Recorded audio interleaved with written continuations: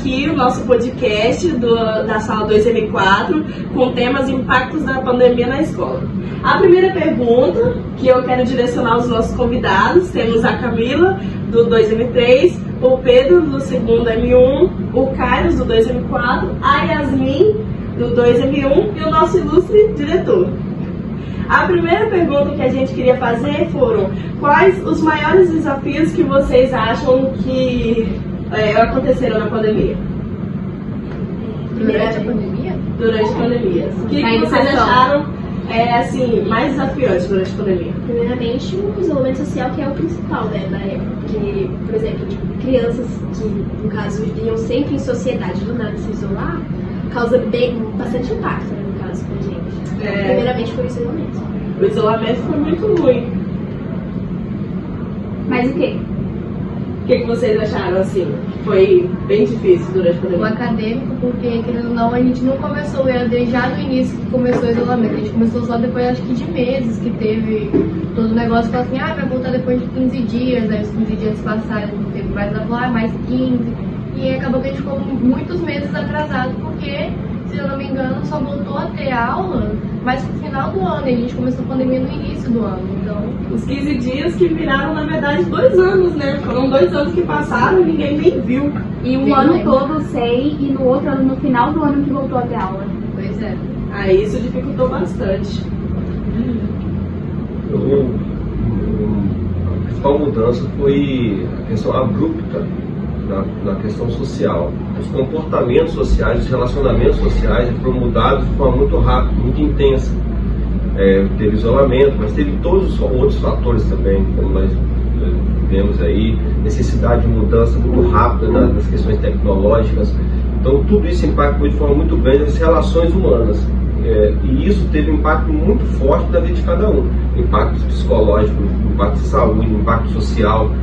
E tratar tudo isso depois, estamos tratando ainda, isso não acabou, os impactos ainda reverberam nesse momento na escola, na sociedade. Isso ainda é um desafio para a gente.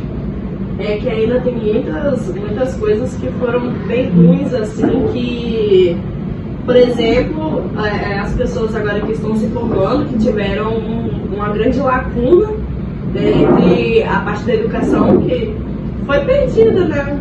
Foi um tempo bem perdido. Sem contar aqueles que se formaram na pandemia, né? Que não tiveram aquele sentimento de fazer uma formatura bonita, porque era o último ano e ia acabar tudo. Não tiveram... foi a formatura dentro de casa, sinceramente. Minecraft. Deixa eu contribuir um pouco nessa fala. Como eu passei por essas 2 turmas que formaram aqui dentro, eu notei uma questão muito diferente. Parece que a alegria de se formar, ela foi perdida por alguns. Nesses 2 momentos, as 2 terceiras séries do médio não quiseram fazer festas.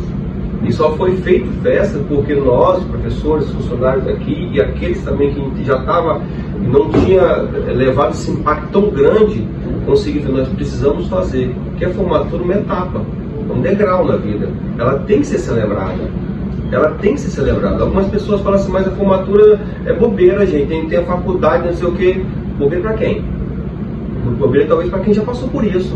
Mas vocês que estão passando e quem estão passando é necessário. É uma etapa na vida de vocês, tem que ser celebrada assim. E eu vi que a tristeza, perderam a alegria devido à pandemia, mas nós fizemos.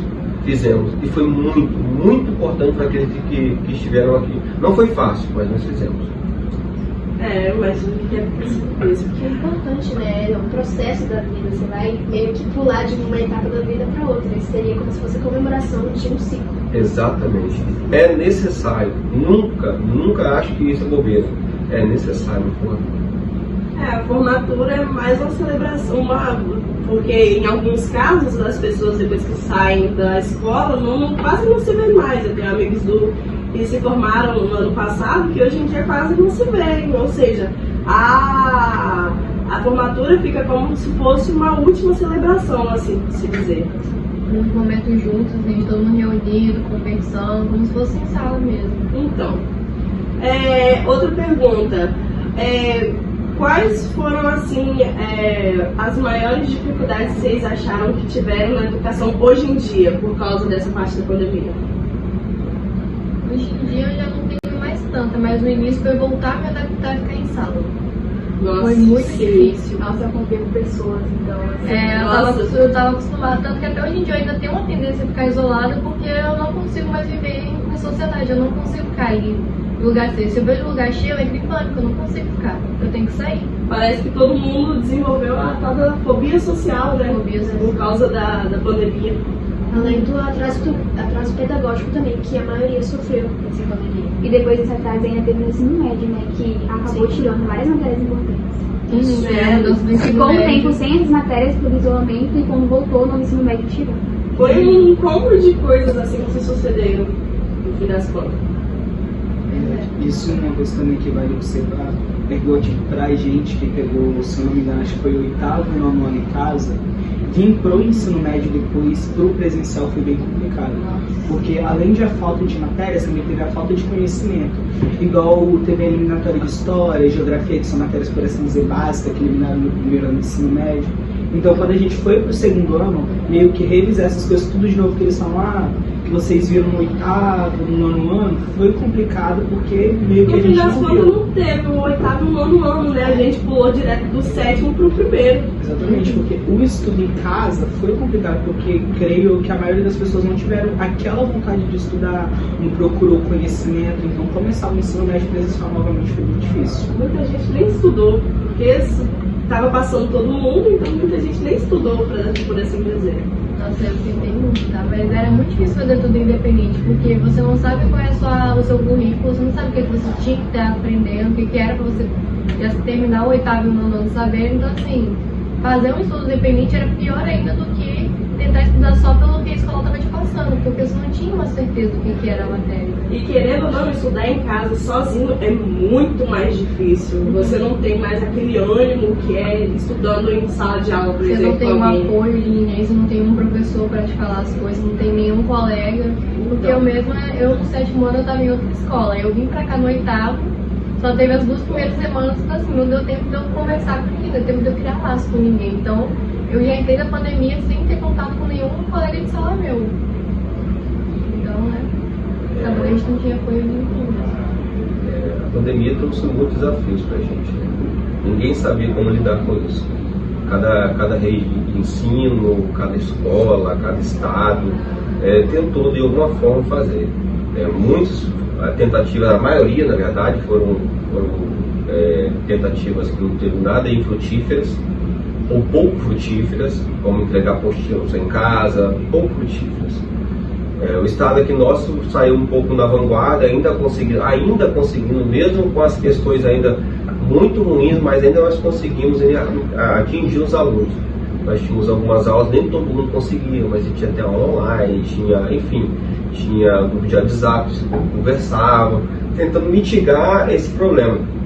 Ainda assim foi muito pouco, mas ainda foi melhor do que os outros locais, para você ter ideia como é que foi a situação. Mas algumas lições nós aprendemos. Como é bom viver em sociedade. Outra coisa para a vida escolar, ninguém substitui o professor. Com certeza. Não substitui. A presença física da aula de um bom professor, assim como em todas as áreas, um bom profissional em todas as áreas é insubstituível. Um professor que você dando uma aula é insubstituível. Isso aí. Então são lições que nós temos que aprender dessa pandemia. Outras lições também. Algumas disciplinas, alguns conhecimentos que a gente acha que é de segundo escalão, quando chegou na vida real, no momento de pandemia, viraram o primeiro escalão. A arte mesmo, por exemplo, era segundo escalão numa escola. A pandemia trouxe a arte como primeiro escalão, porque as pessoas dentro de casa, confinadas, precisavam fazer aula. A atividade física, que depois da pandemia bombou.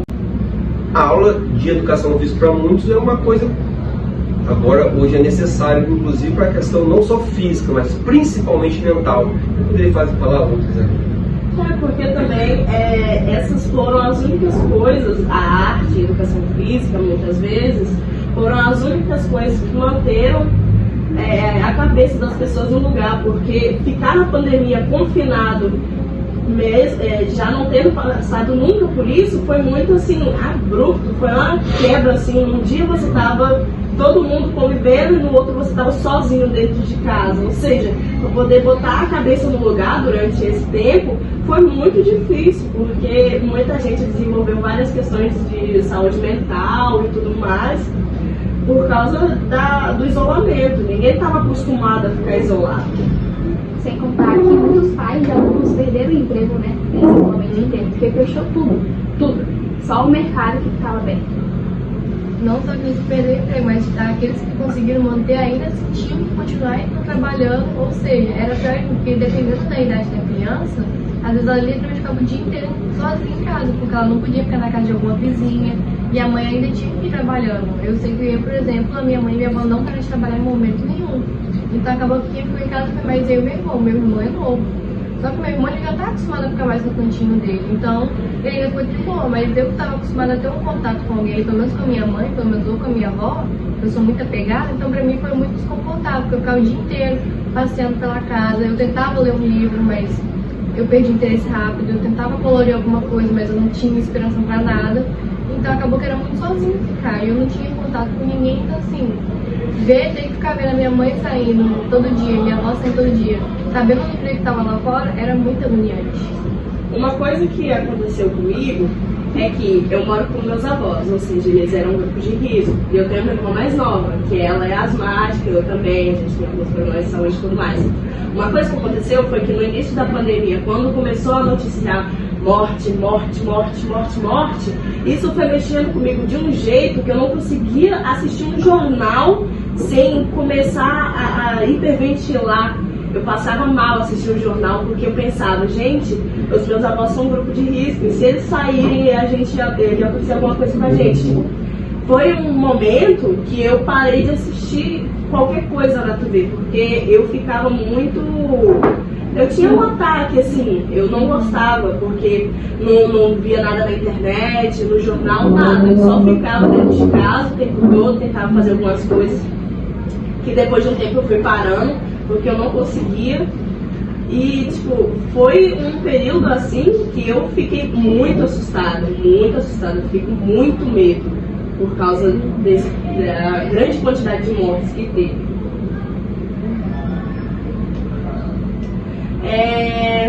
Então, mais uma pergunta.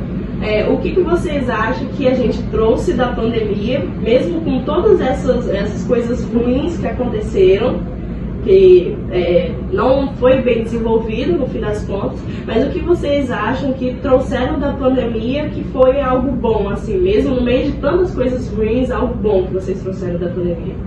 Eu acho que algo bom que foi trago disso tudo, no caso, foi o acesso a coisas da internet, né?